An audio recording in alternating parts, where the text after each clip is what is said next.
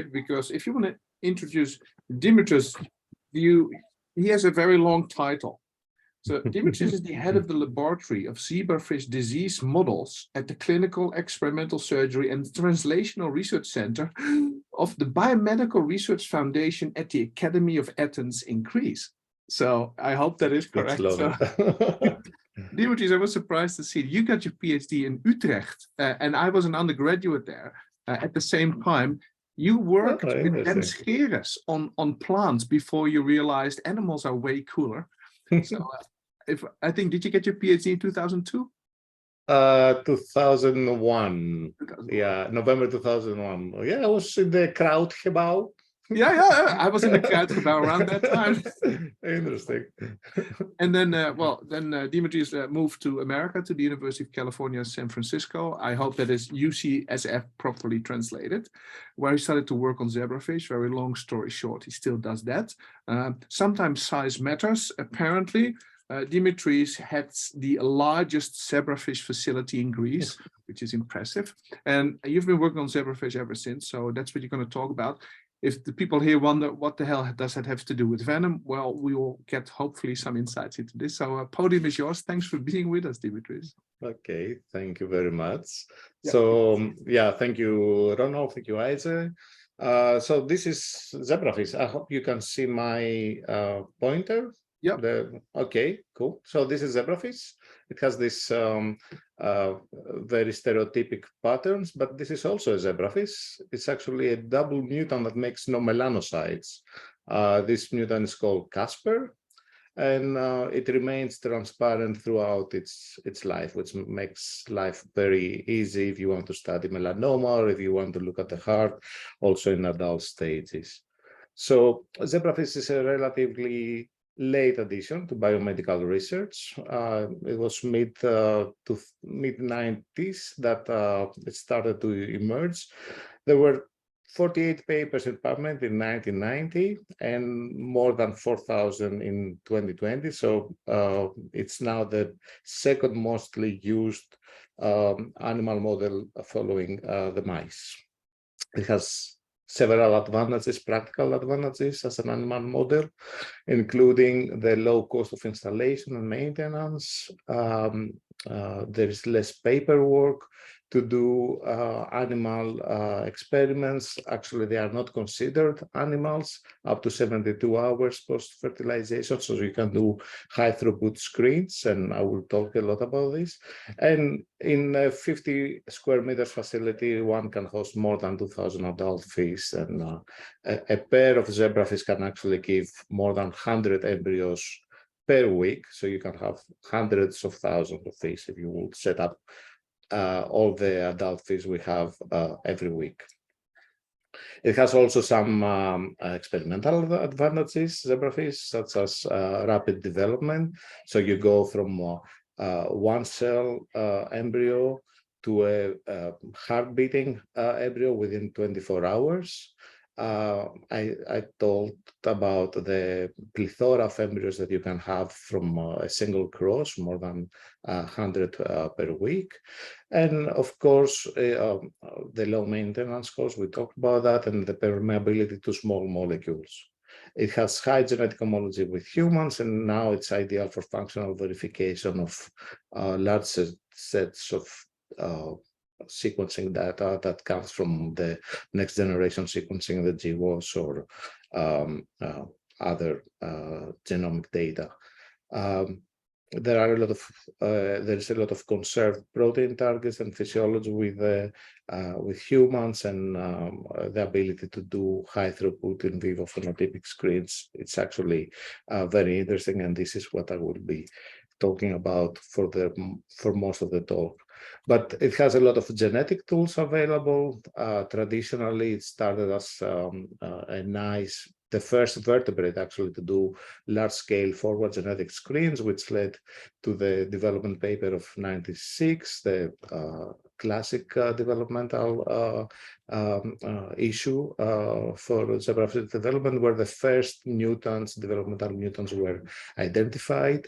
And you can see here a mutant with no head, a mutant with no tail, mutant with no head or tail, and you can actually see these mutants develop, and you can monitor them. Here you see a cyclopic mutant with a mutation in the Hedgehog signaling pathway. So you have a lot of mutants and mutant phenotypes that are genetically characterized, and this can actually provide an educated guess. When you have a novel bioactive compound, you can have an educated guess which signaling pathways it might be actually targeting.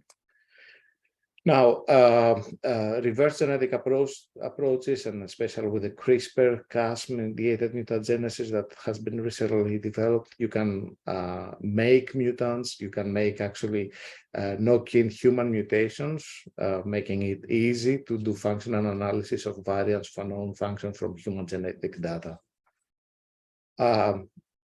And here you can see one of the mutants that I have worked for a couple of years. It's in the protein kinase D2. You can appreciate the ability to look at the heart. This is a wild type embryo. This is an embryo with a aortic stenosis that has actually no circulation after 72 hours, but the heart is still beating because it gets enough oxygen from the from the water that it grows in. So you can study this kind of phenotypes for several days. This will be instantly lethal in mice. But you can also, in this slide, appreciate the advances in imaging the last couple of decades. Here is a bright field microscopy with a high frame rate camera. You can see the heart, it's a two-chamber heart, the atrium beats, the blood goes through the valves to the ventricle and then to the bulbus arteriosus and to the branchial arches. But in the mutant it's a focus of this region here with a different microscope. You can appreciate that the heart is beating, but the blood cannot leave the heart because of the total aortic stenosis. And if you go with a confocal microscope and a resonance scanner, then you can even focus at this specific area, and with transgenic lines you can separate the endocardial cells that you see here with green, and the blood cells are fluorescent with red, and you can see the aortic valve here opening and closing and the blood leaving the heart. But in this mutant there is no leaving of the blood from the heart because of the aortic stenosis. So you can study this very severe and interesting phenotype. Zebrafish has also an amazing ability to regenerate. Also the heart regenerates, but most of the organs that have been studied so far can regenerate. I will not go into that a lot, but the easiest thing to check for regeneration is cutting the fin, and then this will go back in 10 days post amputation. So about 5 to 6 years ago, I started working with phenotype-driven screens. Phenotype-driven drug discovery is faster, and it's actually giving more information than target-driven. So if you want to block angiogenesis, you can take a receptor like the VEGFR2 receptor and study and design molecules that inhibit this receptor. But you can also use the angiogenesis as a process if you have a nice screen and a nice readout to see for molecules, high throughput screens, to see if you can block angiogenesis. And this actually takes a drug from the first experimental data to the clinic. It accelerates the time. So in feed, you can actually grow several embryos in these well plates, in these 24 well plates that you see here, and they survive nicely for 3 days. So you have small volume, statistically significantly numbers, and you can check a lot of molecules. So screening in the whole embryo, like I said, you can identify hit compounds that you will have a lot of data from the whole organism. You will be able to assess off-target effects and then use this in disease models. And as I said, I want to stress again that because we know a lot of these signaling molecules, a lot of these phenotypes have been very well characterized. We know that if a novel compound, for example, shows this characteristic cyclopic phenotype, then it will be interfering most probably with the Hedgehog signaling pathway. So we have an educated guess about which signaling pathways it interferes with. So there is a standard protocol from OECD about the toxicity test. You can, this is well established. You can test compounds by adding them in the water, and then you check the lethality. And this toxicity test can be a simple live or die, have an end of live or die at 96 hours, but you can have also more specific toxicity tests. So you have here a transgenic line that the liver is fluorescent. So you can go and do toxicity only for the liver. And of course, you can add whatever you want in the water that the embryos are growing. So you can have, for example, here we have these benzotriazoles that are emerging pollutants, but you can add actually whatever you want in the water and test for toxicity and for more specific phenotypes that I will start talking about now. There are several transgenic lines that one can use, and there are transgenic lines that are actually reporter lines for the activation of important signaling pathways that you see here for the node signaling pathway, for example. And if you put an inhibitor, the APT is a known inhibitor, you can see that you get a characteristic phenotype, but you switch also off the GFP from these embryos. So you can have this screening, a high throughput screen, look for embryos that are not fluorescent, and then you have nodes inhibitors. Similar for Hedgehog inhibitor, for Wind inhibitors, there are a lot of reporter lines like this. I have started working with natural compounds, mainly from Greek plants at the beginning.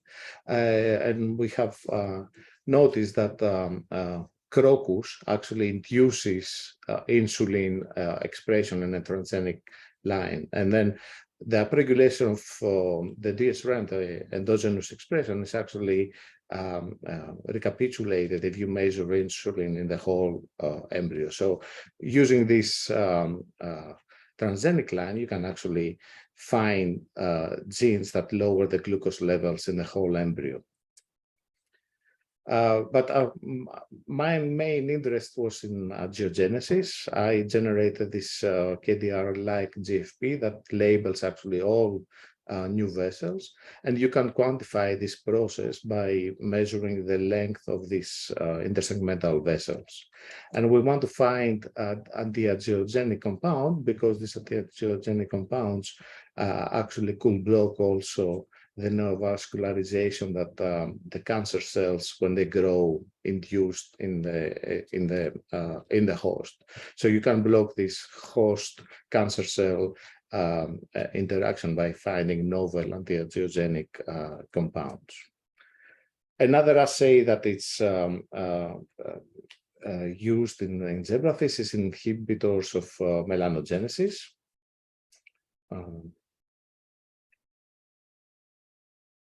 Okay, I open the chat. So inhibitors of angiogenesis, and you can see that embryos are actually having melanocytes already from 72 hours post-fertilization, but there are embryos that are having no melanocytes. They are actually, you see, they remain transparent.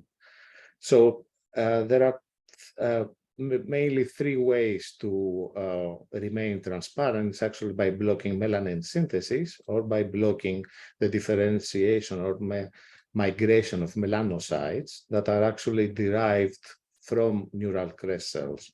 And a lab in Boston, the lab of Lenzon, actually showed that melanoma cells, when they become metastatic, before they become metastatic, they actually differentiate into neural crest cells, and they start expressing developmentally relevant genes like crestin. And there is a crestin GFP cells that actually can trace the first metastatic cells in zebrafish models of melanoma. This got actually a lot of media coverage in the States in 2016, but it also kind of justified why looking at early stages of development for melanocyte inhibition could make sense to find a melanoma drug to find melanoma inhibitors and potentially a drug. So you can have transplantation in the Casper fish that we said that I showed you in the beginning, and you can monitor growing melanoma in vivo, but you can actually also do screenings in the embryos to find this kind of melanoma cells, to find melanoma inhibitors. And we, as I said, we started using Greek plants and extracts from Greek plants, and started using did high throughput screen with those. And then we started doing a bioactive guided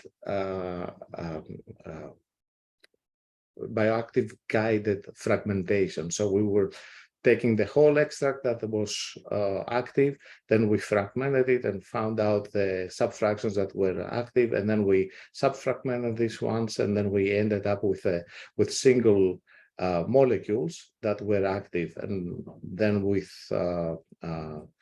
real-time PCR and molecular docking, we were able to find that the target actually of these molecules in vivo.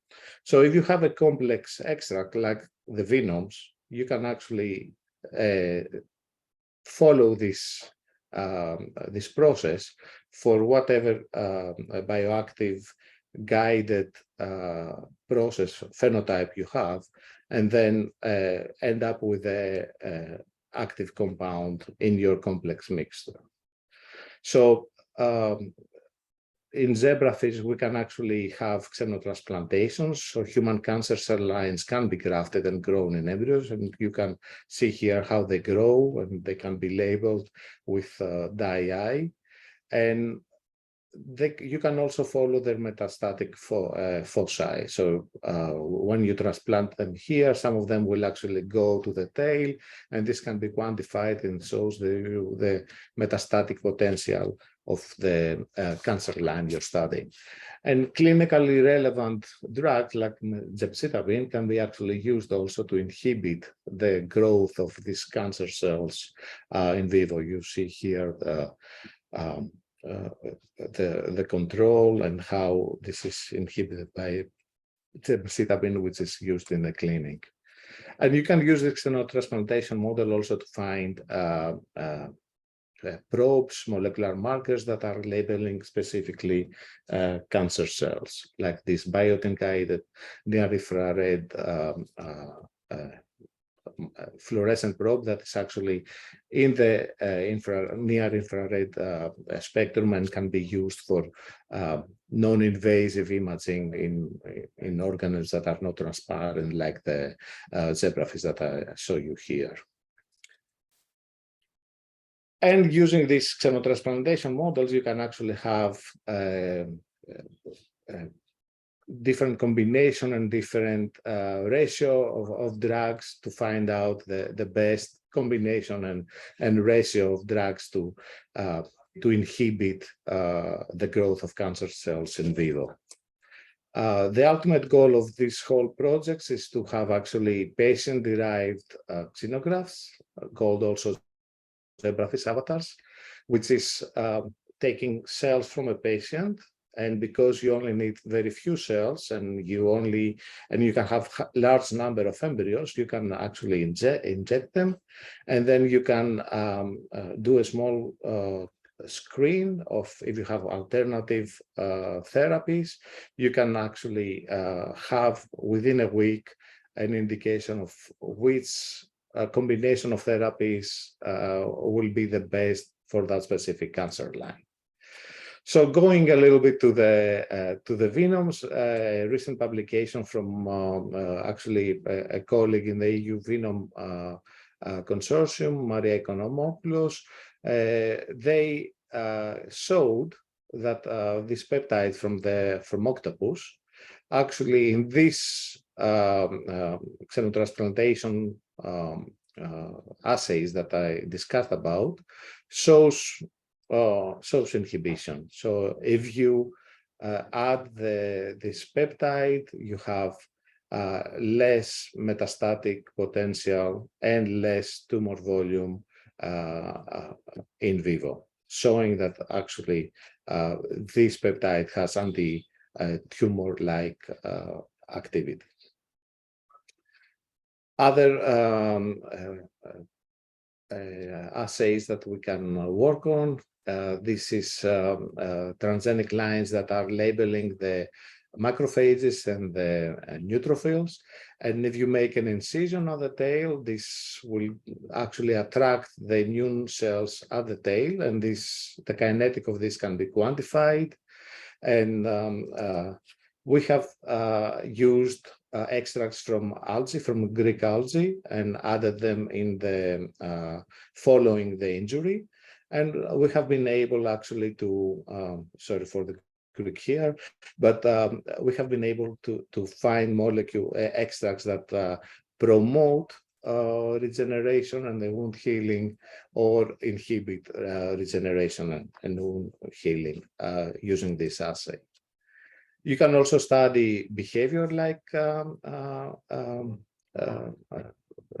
you can have behavior-like assays in zebrafish, in larvae, and there is this molecule called rolipram that stimulates stigmotaxis. So when fish are stressed, they go to the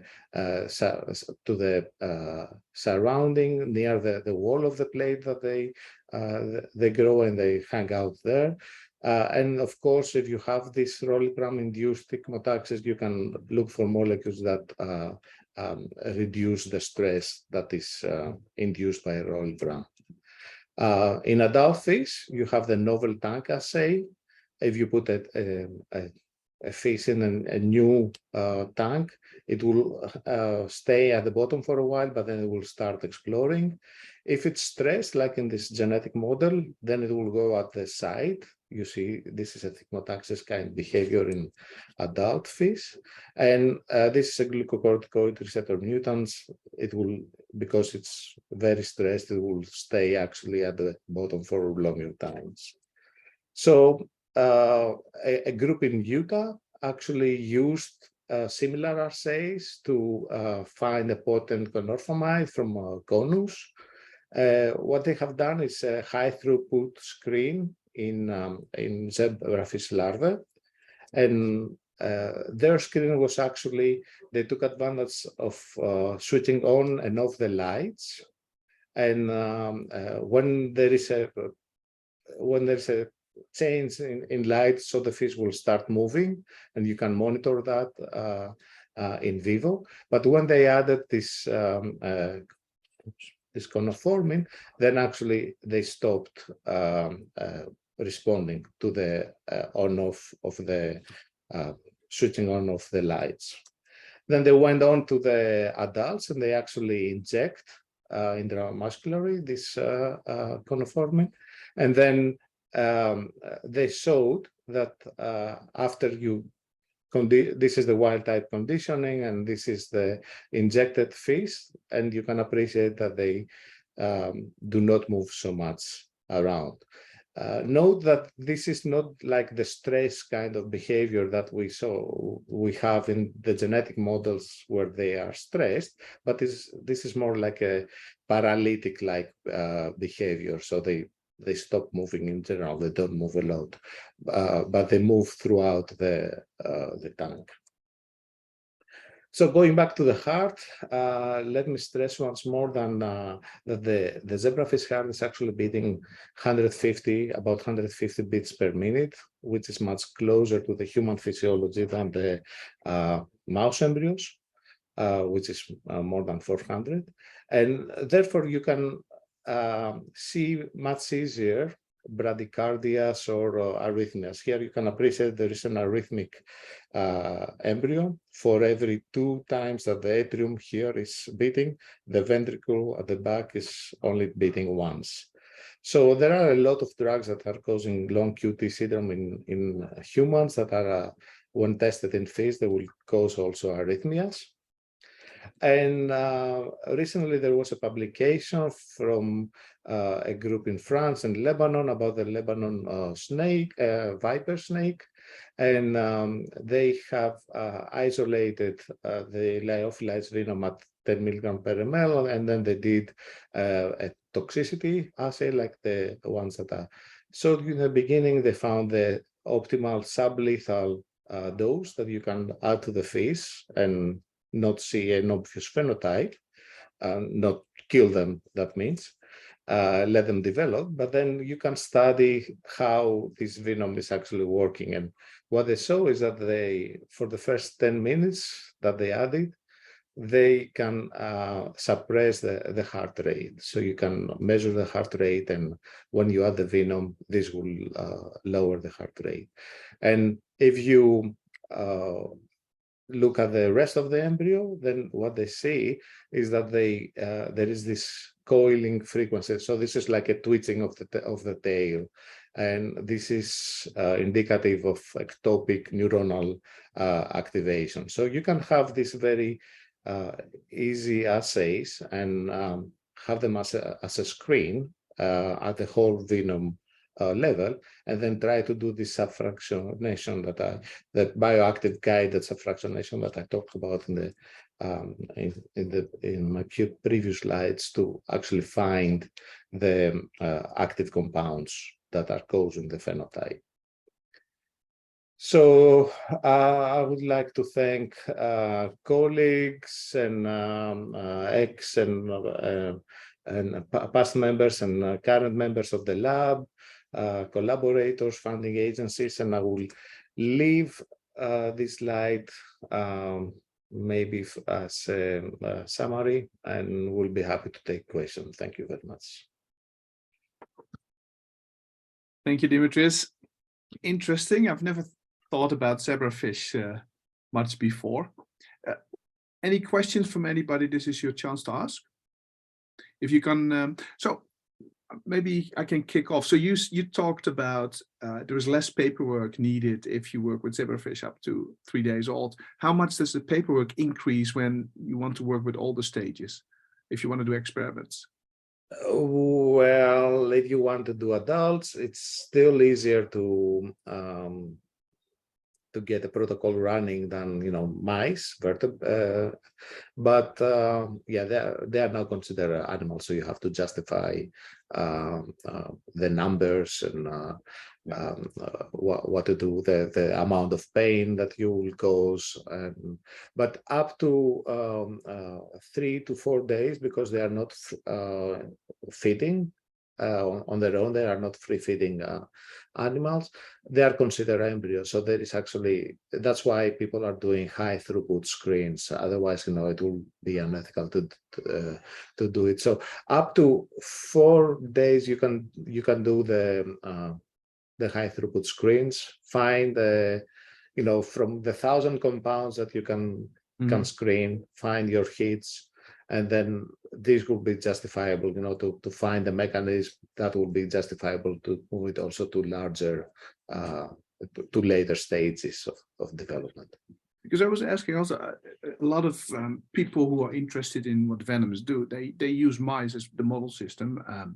and they inject mice with various concentrations of venom to see what organ systems are affected and how, if you have viper venoms, for instance, how it attacks the circulatory system in the heart, whether it physically damages it and all that stuff. But if you work with your lovely mutants that don't have the melanocytes, even the older stages, if you just want to see what a venom of interest does to the general body plan of an injected vertebrate, I guess that would be a much more attractive system than adult mice, because in natural history, mice are not so relevant to many venomous organisms anyway. They're just used because, well, they are lab model organisms.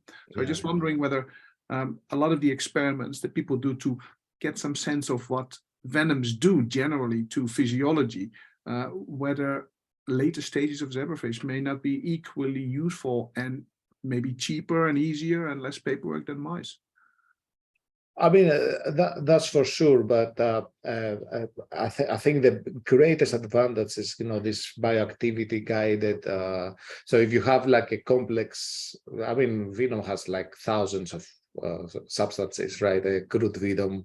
I mean, this is why I joined the consortium, right? Because it seems very amazing, all the the small molecules that we have been talking about. A lot of people are working with peptides, but there is so much. It's such a complex mixture that if you can fractionate, then you can really see what kind of substances allow, for example, a peptide to cross a blood-brain barrier, or to the specificity of each of the sub-peptides. And I think, what I try to, let me stop sharing. What I try to kind of outline is that there are a lot of diverse screens, from immunomodulatory to cardiac function to neuronal function, that you can have as an outline, as a readout, to find your activity, and then define it to hopefully a single molecule or a single peptide that is the most active. Yep. Now I can see the value in that. I mean, it's very cool, especially the fact that you can use such, as you say, high throughput screening, so many specimens compared to if you work with mice. That's amazing. I was having science fiction-like thoughts when you were talking about you can do xenotransplants. It's like, and I was thinking people have been starting to making these venom organoids where you take disassembled cells of, say, your snake, and then make these little venom glands, as it were, that exist independent of the organism. I wonder if you could fuse those into a zebrafish, but then why would you want to do that? Maybe that's... No, this is Utrecht, right? I mean, this is the Utrecht connection again. No, I think these venom gland organoids are fantastic, and because one of the limiting factors is the amount of venom that you can get, right? And this is also an advantage of zebrafish, that you really need very small amounts of drug to test, of any substance to test, because you can grow them in 96 well plates, even with 100 microliters of egg water for a couple of days. So even small amounts of venom, small amounts of purified molecules that you can have from a venom will be sufficient. It will be the only, to my knowledge, vertebrate that you can test this if it's active or not. Very cool. So, well, we have another 2 years to start planning collaboration. So I was glad I was able to show what we do, and see you soon. Yeah, no, thank you very much. All of you, thanks for coming. We will put Dimitris's talk on the YouTube channel. So if you have colleagues who couldn't join us today, please let them know.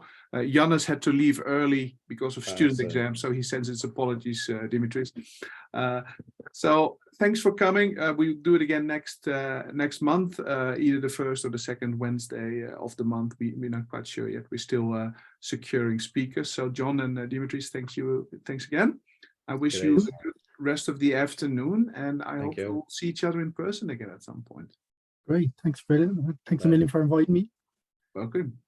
All right, I will stop recording and say goodbye.